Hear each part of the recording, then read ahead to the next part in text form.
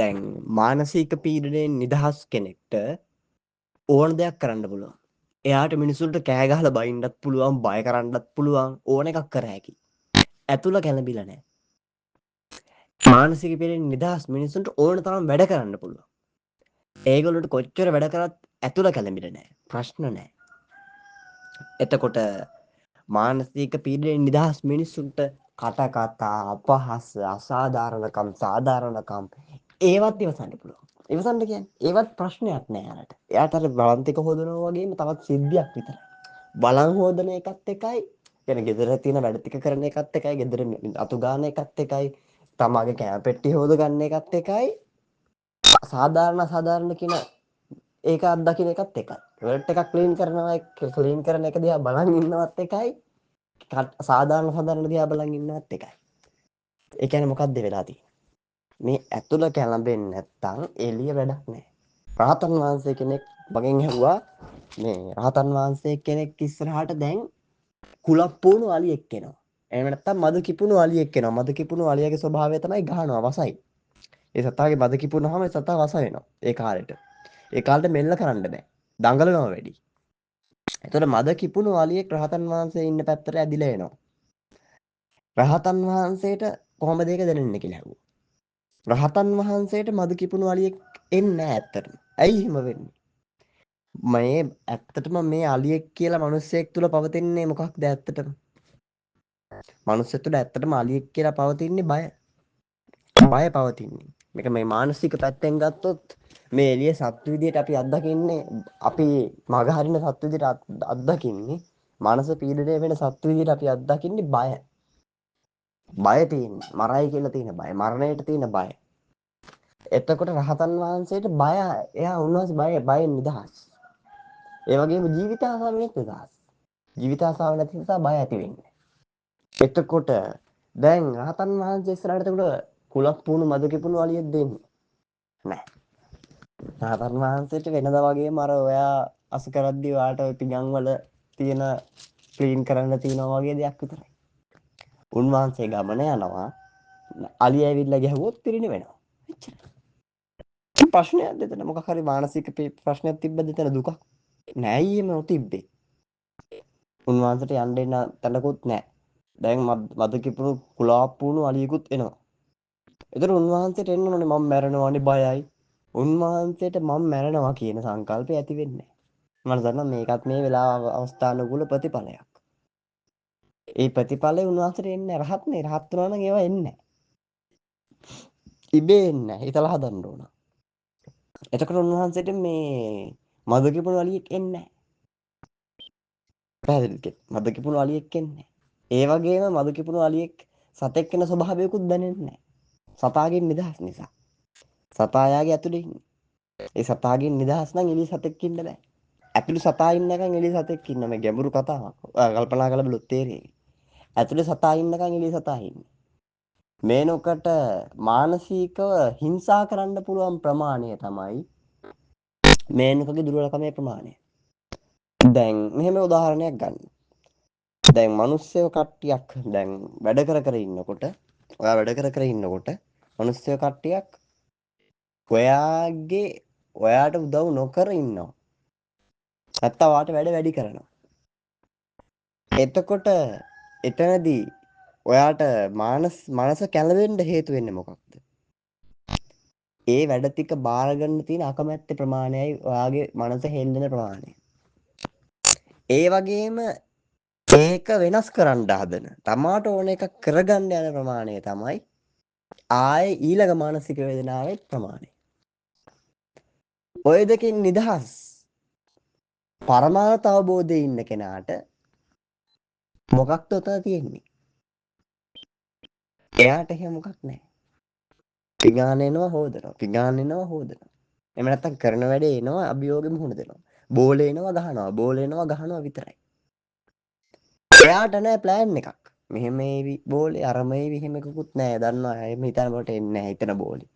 ඒ වගේම මේ බෝලෙට මෙහෙම ගන්න එහෙම ප්ලෑන් එකකුත් නැහැ. එනකොට තීරණය කරනවා. මොකද්ද එනකොට පහර දෙනවා විතරයි. හරියට. එතකොට ප්ලෑන් කරන එක වැරදිද? ප්ලෑන් කරාට කමක් නැහැ ප්ලෑන් එකට වහල් වෙන්නේ නැත්තම්. වහල් වෙනව නම් ඒක එච්චර හොඳ දෙයක් නෙවෙයි.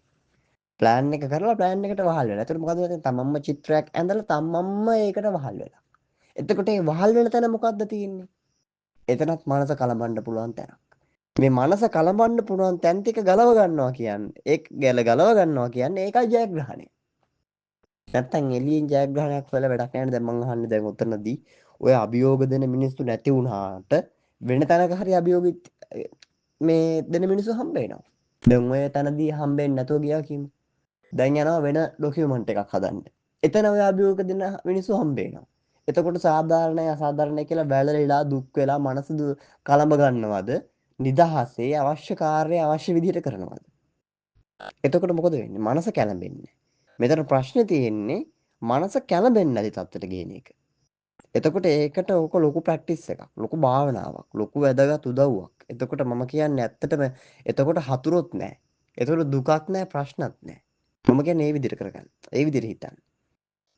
මේ හැම එකකින්ම ගන්න පුළුවන් ප්‍රයෝජනේ ශක්තිය ගන්න. දැන් දුර්වල මිනිස්සෙක්ගේ සමහර එක් අවස්ථාවක ස්වභාවයක් තමයි එයා එළිය මිනිස්සු හම්බෙලා ආශ්‍රය කරලා ඒ මිනිස්සයාගේ දත්ත වචන රූප ශබ්ද ස්පර්ශ සේරම gedara ඇවිල්ලා හිතනවා. ඉතින් හිතුවාම හිතන එකට සාපේක්ෂව ඒ මිනිස්සයා කෙරේ ආදරයක් ඇති වෙන්න පුළුවන්, වෛරයක් ඇති වෙන්න පුළුවන්. මොකක් හරි එකක් මොන හරි ප්‍රතිඵලයක් ඇති වෙනවා. එතකොට දැන් අතන ඉඳන් මෙතෙන්ට ගෙනීම මානසික වේග නෙමෙයිද මේ බලපෑවේ. එතනදී මනස හෙල්ලෙන්න බලපෑවේ.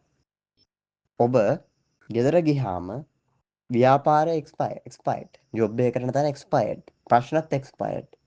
හැබැයි අර එන මානසික වේගය ඇත්තක් කියලා හිතන් ඉන්න නිසා ඊට පස්සේ ආවම තියෙන මානසික වේගය. මෙහෙම වැඩ කරන තැනදී මෙහෙම වුණානේ අර වුණානේ මම මෙච්චර වැඩ කරානේ. එතකොට එන මානසික වේගය එතනින් ඒ බොරුවක් කියලා අතහරින්න බැරි කම. ඒක අල්ලන් හිතන එක. දැන් ගෙදර ගිහින් මම මෙච්චර වැඩ කරානේ කියලා කියනවා. එහෙම කිව්වොත් මොකද වෙන්නේ? ඒ කියන එක ඔයාට සාමාන්‍ය දෙයක් ලොකු දෙයක් නොවි වගේ පෙනුනට ඒකේ ප්‍රතිඵලය තමයි ඔබව දුර්වල වෙනවා. මෙච්චර වැඩ කරපු නිසා මම ඉක්මනට නිදා ගන්න ඕන. රෙස්ට් කරන්න ඕන. රෙස්ට් කරන්න එපාද කියන්නේ නැහැ. රෙස්ට් කරා හොඳට රෙස්ට් කරන්න ඕන. රෙස්ට් කරාට කමක් නැහැ. يعني අවස්ථා හරි ගානට හරිම වෙලාවෙන් ඒ දවසේ තියෙන නිමාඩු වෙලාවේ අවශ්‍ය ගාන රෙස්ට් එකේ ඉන්න ඕන. විවේකය කියන්නේ මොකක්ද සැබෑ විවේකය? විවේකය යනු වැඩ කරන තැනදී සිට මනස කම්පා කරනව ගැනීම. එයයි විවේකය. වැඩ කරනවා ප්‍රශ්නයක් නෑ උනට වඩා හිතන්නේ. ඒක තමයි විවේකය. එතකොට මිනිස්සු කියන විවේකය මොකක්ද? නිදා ගන්න එක. ඒක විවේකය කියලා ලොකුවට ගන්න අවශ්‍ය නැහැ. ඒකට විශේෂයක් දෙන්න එපා. නිදා ගන්න එක කොහොමත් කරන්න. වෙලාවට කන එක කොහොමත් කරන්න. ඒකට විශේෂයක් ලොකුවට දෙන්න එපා. නිකන් ඉන්න එක විශේෂයක් දෙන්න එපා. ඒකට ලොකුවට දෙන්න ඒකට දෙන්න අවශ්‍ය කාලයක් තියෙනවා. ඒ දැන් අවශ්‍ය නැහැ ඒක. වැඩ කරන තැනදී නිදහසේ වැඩ කරන්න. නිදහසේ වැඩ කරන්නේ කොහොමද? එළිය දේවල් වලට ප්‍රතිඵල නිපදවන එක අඩු කරනවා. මම ඉස්සල්ලා කිව්වා නිපදවන ප්‍රතිඵල තමයි මනස පීඩා කරන්නේ. මනස පීඩණය වෙනවා කියන්නේ එතන දුර්වල වෙනවා. දුර්වල නොවි ඉන්නවා කියන්නේ මනස පීඩා වෙන එකෙන් නිදහස් වෙනවා. අර අලියාගේ කේස් එක වගේ. අලියා එනවා කඩාගෙන රහතන් වහන්සේ ඉස්සරහට රහතන් වහන්සේට බයක් හටගන්නේ බලනවද රහතන් වහන්සේ? බලනවා නොබලන ලෙස. ඒ කියන්නේ හොරෙන්ම නැහැ හොරෙනුත් නෙවෙයි. අහස පොළොව දිහා බලනවද? උත්තර දෙන්න බෑ. බලන්නේ නැද්ද? ඒ උත්තර දෙන්නත් බෑ. එතකොට රහතන් වහන්සේ අලිය දකින්නවද? උත්තර දෙන්නේ නැහැ. දකින්නේ නැද්ද? රහතන් වහන්සේට අලියෙක් වෙනවා පේන්නේ අලියෙක් නැති මතකයට සාපේක්ෂව. රහතන් වහන්සේට අලියෙක් නැති මතකේ නැති නිසා එන අලියෙක් නැහැ. නැහැ කියලා මං කිව්වට වචනේ දාලා ඒකට වචනයක් නැහැ. ඒ මොකද වෙලා තියෙන්නේ? උන්වහන්සේ නිදහසටපත් වෙලා. මොකක් තුලද? ලොකු සම්මත කැළඹීමක් තුල උන්වහන්සේ නිදහසටපත් වෙලා. ඒතර කැළඹීම තින්නේ කොහෙද? සම්මතය එළිය ඇතුළේ මේ භෞතික ලෝකයේ ඇතුළේද නැහැ. තමා තුළයි. එතකොට මේ කැළඹීමෙන් මිදෙන්නේ කොහොමද? කැළඹීම තේරුම් ගන්න ඕන. ඒ ඇතුළේ ඒ තැනට ඒ ශාන්තියට එච්චර ඒ ශාන්තියට ගේන්නේ කොහොමද? තේරුම් ගන්න ඕන. වෙනදට අනවශ්‍ය දේවල් ප්‍රතිඵල නිපදවල වැය කරන මානසික වේග ශක්තිය තමන්ව නිවා ගන්න තමන් විසින් හසුරවන්න පුළුවන් ඥානයකට එළඹෙන්න ඕන. ඒ ඥානයට එළඹුණාම තමයි ඔක් කරන්න පුළුවන් වෙන්නේ. නැත්තම් කරන්න හම්බෙන්නේ නැහැ. එතකොට මේ ඥානය උපද්දව ගත්තේ කොහොමද? තේරෙන්න ඕන මෙතන මට ප්‍රශ්නයක් විදිහට දැනෙන්නේ ප්‍රශ්නයක් නැති එකකට සාපේක්ෂව. ප්‍රශ්නයක් තියෙනවා වගේ දැනෙන්නේ නැති එකකට සාපේක්ෂව. ප්‍රශ්නයක් නැහැ වගේ දැනෙන්නේ තිබ්බ එකකට සාපේක්ෂව. මේ සාපේක්ෂතාවයක් තියෙනවා. එතකොට මේ දෙකෙන් මට දුක ගෙන්නේ මොකද්ද? නැතුව තිබිච්ච දැන් තිබිලා නැති වුනහමද මට සතුටු. තිබිලා නැති වුනහම සතුටු නම් මං එතෙන්ට ඇලිලා. ඒක తాවකාලික මුලාවක්. ඒ වගේම නැති වෙලා තියෙද්දි මට අවුලක්. එහෙම වෙන්න බෑ. ඇයි මට නැති වෙලා ප්‍රශ්නයක් නැති වෙලා තියෙද්දි අවුලක් වෙන්නේ. ඇයි? ප්‍රශ්න නැති වෙලා තිබ්බ එකට යන නිසා. මේ විදිහට සූක්ෂම මනස මෙහෙවුවොත් මොකද වෙන්නේ? මේ පුරුද්දම Tamanට ජීවිතයේ සියලුම දේවල් සාර්ථක කර ගැනීමට බලවත් බලය ලැබෙනවා. හේතුව ලැබෙනවා. හේතු ලැබෙනවා. ඒ තමන් අන්ලිමිටඩ් වෙනවා. ලිමිට් වෙන්නේ නැහැ. රහතන් වහන්සේ ලිමිට් උනේ නැහැ. නෝමල් සාමාන්‍ය මිනිහෙක් ගියා නම් එයාට බය හට ගන්නවා, දුක හට ගන්නවා. ඒ වගේ මැරුණොත් කරත් උණයි. රහතන් වහන්සේට එක ෂොට් එකයි. එයාට ඒකත් නැහැ එළියෙන්ට පේන එකක් ඒක. ඒ වුණාට. ඒක තේරෙන්නේ මෙතන මේ එළියේදී මිනිස්සුන්ගේ තියෙන මොකක්ද මේ තියෙන කතාව? එළියට ප්‍රශ්න තියෙන්නේ ඇතුළත. එළියේද මේ එවුන් ඉන්නේ ඇතුළත. ඇතුළේ ඉන්නේ. ඒකයි ප්‍රශ්නේ. කියන්නේ ජොබ් එකට ගියාම එතන ප්‍රශ්නයක් නෑ ඇත්තට. එතන තියෙන්නේ මොකක්ද? හීනයක් තවත්. ඒ විදිහට හිතන්න රහතන් වහන්සේට ඒක නැතිවට ඔයාලට තියෙනවා. හීනයක් කියලා හිතන්න. ඒ හීනෙට මුහුණ දෙනවා ඒක ඉවරයි. ඉවර වුණාට පස්සේ මානසික වේගය ඉතුරු වෙලා ඒක ඉවර වෙලා මානසික වේගය විතරක් පවතිනවා. වැඩ කරා කියන වේගය. ඒ වේගය ඇල්ලුවොත් මොකද වෙන්නේ? නිදිය ගන්න හිතෙනවා, දුර්වල වෙන්න හිතෙනවා. හැබැයි මේ වේගය ගණන්ව ගත්තොත් දැන් මේක ඇත්ත නෙමෙයි මේක බොරුවක්. මම වැඩ කරලා නැහැ ඇත්තට. වැඩ කරා කියලා හිතා ගන්නවට වඩා හොඳයි වැඩ කරලා නැහැ මම මුකුත් කරලා නැහැ කියලා අතහැරලා දාන්න. දැන් මම මෙතන ඉන්නකොට මං ඊයේ දැන් මීට කලින් කෝල් කරපුව ඇත්තද? නැහැ. ඇත්තක් කියලා විශ්වාස කරන තුරු මට ඒ කෝල් එකේ විඩාව පවතිනවා. ඒ විඩාව තියෙන තරමට මට මේ රිප්ලයි එක දෙන්න බැරි වෙනවා. මං ඒක අතහැරලා දානවා. එතකොට මොකද්ද වෙන්නේ? මට මේකේ අදහසක් නැහැ. හැබැයි මම උත්තර දෙනවා. උත්තර දෙනව නොදෙන විදියට. ඒතර මමට කියනවා මෙතනදී ඔයා තේරුම් ගන්න මේ මනස පීඩණය වෙන එකයි ප්‍රශ්නේ. ඒකෙන් මිදෙන්න. ගෙදර ආවහම වැඩපළ අතහරින්න. උණු ප්‍රශ්න ආශ්‍රය කරපු මිනිසුන් අතහැර දමන්න. ගෙදර ගියවිලා හිතන්න එපා. ඒ හිතන එක ඇලෙන්න හේතු වෙනවා. නැත්තම් ගැටෙන්න හේතු වෙනවා. හිතන්නේ. හැබැයි ප්ලෑන් එකක් තියාගන්න ඔය වගේ. මෙහෙම වුණොත් මම මේකට ලෑස්ති වෙනවා එහෙම ඒ වගේ එකක් හිතට කමක් නැහැ. ඕන දෙයකට ලෑස්ති වෙනා ලෑස්ති කියන එක හිතුවට කමක් නැහැ. දුර්වල වෙන එකක් හිතන්නේ නැහැ. මනස කලබන්න එපා. කලබල වැඩක් නැහැ. එතකොට මානසික විඩාව මානසික මහන්සිය එන්න හේතු වෙන්නේ අර දෙයක් කෙරේ ඇති කරගන්න සිතුවිලි. එහෙම නැත්නම් ඒ වෙලාවේ අතහැරලා දාලා එන්න නැතුව ඒ තියෙන මානසික වේගය කොහොමද තියෙනවනේ මනස. අතීතය කියන එක. ඒක අල්ල ගන්නවා. ඒක අල්ලන්න යන්න එපා. ගෙදර ආවම ගෙදර එක්ක හොඳට ඉන්න. හොඳට කතා කරනවා. හොඳ විනෝදයි. හොඳට එන්ජොයි කරලා හොඳට ඉඳලා හොඳට නිදාත් ගන්නවා. රෙස්ට් එක විවේකය ගන්න එපා කිව්වේ නෑ. ඒක ගන්නවා. හැබැයි ගන්න බැරි වුණොත් මොකද වෙන්නේ? දැන් කියනවා කවුරු කෙනෙක් මෙහෙම අපි රවුමක් යන්න විදින්න යන් කියලා. එතකොට ඔයා ඒකට විරුද්ධ වෙනවද? නෑ ඒකත් බාර ගන්නවා ප්‍රශ්නයක් නෑ. හැබැයි වේලපහ හේරන්න ඕන නම් වේලපහ නිදා ගන්න එක හොඳයි. ඒක වෙනම කතාවක්. ඒ වගේ අවස්ථාවට ඒ ලැබෙන සියලු අවස්ථාවල් හොඳට ඉන්න. ඒකට දුර්වල වෙන්න යන්න අවශ්‍ය නැහැ. මානසික නිදහස පාලනය කරන්න. නිදහස ලැබෙන්න ඕනේ ඔයාට නිදහස් තැනක නෙවෙයි. නිදහස ලැබෙන්න ඕනේ සියලු කලබලයන් ප්‍රශ්න තියෙන තැනක. කෝකෙන්ද නිදහස් වෙන්න ඕනේ? මනස කැළඹීමෙන්. ඇත්තටම මේනුක කල්පනා කරලා බලන්න. මෙතන මොනවද මේ තියෙන්නේ? පේන දැනෙන දේවල් ටිකක් විතරයි. ওই ටික අල්ලන් මම දඟලනවා. දඟලන්න පේන දැනෙන දේවල් ටිකක් දැන් තියෙන්නේ නැති දෙයකට සාපේක්ෂව. නැතුව තිබ්බ අවස්ථාවකට සාපේක්ෂව. ඔතන ඉන්නේ ඔතන නොහිටි නිසා. ඒ නොහිටි තැන නැත්තම් ඔය ආපු පාර නැත්තම් ඔතන නැහැ. එතකොට පාර මතකේ නම් ඒක ඇත්ත නෙවෙයි. පාර නිදහස් වෙන්න ඕන. ඒ තැනින් නිදහස් වෙන්න. මානසික පීඩණයෙන් නිදහස් වෙන්න. පීඩාවට පත් කර නොගෙන සිටින්න. කිසි ප්‍රශ්නයක් නැහැ. දැන් මෙතන කෙනෙක් කියනවා මේ මම මෙතන වැඩ කරපු එකට සාපේක්ෂව තමයි මට තියෙන කෙනෙක් කියන එයාට මහන්සිය කියලා. එයාට මහන්සියක් කියලා කියන්න එන්නේ ඇයි? කලින් වැඩ කරපු එකට සාපේක්ෂව. එහෙම නැත්නම් එයාගේ ඇඟේ තියෙන්නේ මොකක්ද? දැනෙන ඔය සංදි වලට දැනෙන ඇඟේ වේදනා මසල් පේන් එකක් තියෙන්න පුළුවන්. දැනීමක් විතරයි තියෙන්නේ එතන.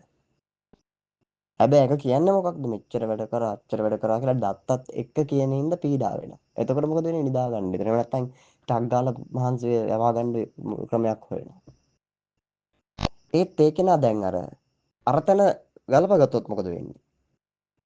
කැළඹුණු තැන වැඩ කරපු තැන පීඩා වුණු තැන ගලපගත්තොත් මේව මේක මේ අත්දැකීම ඇත්ත නෙමෙයි මේක සාමාන්‍ය අත්දැකීමක් විතරයි මේක මම විශේෂයක් දෙන්න හොඳ නෑ කියලා ලොකුවට ගණන් ගන්න නෑ ඒක. එතකොට මොකද වෙන්නේ? තවම තීරණය කරන්න. ඒ දැනෙන්නේ ඔයා දකින්න විදිහටයි ඔයාට පේන්නේ. ඔයා දකින්න විදිහටයි පේන්නේ. ඒක හසුරවන්න. ආත්ම ශක්තිය වැඩි කරගන්න, කායික ශක්තිය වැඩි කරගන්න, ශාරීරික වේදනාවල් ප්‍රශ්නයක් කර නොගෙන ඉන්න පුළුවන් වෙන්න ඕන. හදවත උනත් රිදෙනවා නම් ප්‍රශ්නයක් කරගන්න යන්නේ නැහැ. ඒක රිදෙන්න හේතුව සොලියුෂන් එක හොයාගන්නවා. හේතුව හොයලා ඒකෙන් මිදෙන විදිය හොයාගන්නවා. ඒක තමයි වැදගත්ම දේ. එතකොට ඔයාලට තේරෙන්න ඕන මෙතන තියෙන ප්‍රශ්නය පාලනය. පාලනය කියන්නේ මොකේ පාලනයද? මානසික පීඩනය වෙන එකේ පාලනය. ඒ පාලනය නැති ඒ පාලනයට ගණ්ඩායෝ. ඔයාට බය නැත්තම් කෙලස් නැත්තම් එළිය නෑ. කැළඹෙන්න කිසි දෙයක්. කෙලස් තියෙනකන් එළිය කැළඹෙන්න දෙයක් තියෙනවා. එතකොට කෙලස් යනු මොනවද? පීඩණය වෙන්න ඇති වෙන ප්‍රතිඵල. පීඩණය වෙන්න ඇති වෙන ප්‍රතිඵල මොනවද? එළිය දකින්න දෙයකට ආසාවක් ඇති වෙන්න ඇති වෙන ප්‍රතිඵලය කෙලසක්. එතකොට ඒ ඇති වෙන ඒ කෙලස තමයි ඒක ඉෂ්ට කරගන්න බැරි වෙද්දී ලැබෙන පීඩනය. ඒ කෙලෙස ප්‍රතිඵලය තමයි ඒ ඉෂ්ට කරගන්න බැරි වෙද්දී ලැබෙන පීඩනය. ඒතර මේ මානසික පීඩනය ආවේ කොහෙන්ද එතකොට? මේ මානසික පීඩනය ප්ලස් දෙන කෙලසක්. මధుරේ කනකොට තියෙන්නේ මොකක්ද? එතනත් එන්නේ මොකක්ද? මූ මාව කෑවන කියලා ගහන නොයවසිලිම තමක් වෙන්න පුළුවන්. එතකොට මානසික පීඩනය එතන ඇති වුණේ මොකක් නිසාද? ඒ කෙලෙස නිසා. මේ කෙලෙස් දකින්න. ඒ වලින් ඒවා පාලනය කරන්න. එතකොට ඔයාගේ මානසික පීඩනයට විසඳුම් ලැබේවි. හොඳ බුද්ධියක් ඇති කරගන්න, සිහියක් ඇති කරගන්න. එය ඔබේ මානසික ශක්තිය තව තවත් වැඩි කරાવી. ඕන අභියෝගයක් ප්‍රශ්නයක් නැහැ. ඊට වඩා ලෝඩ් එකකට රෙඩි.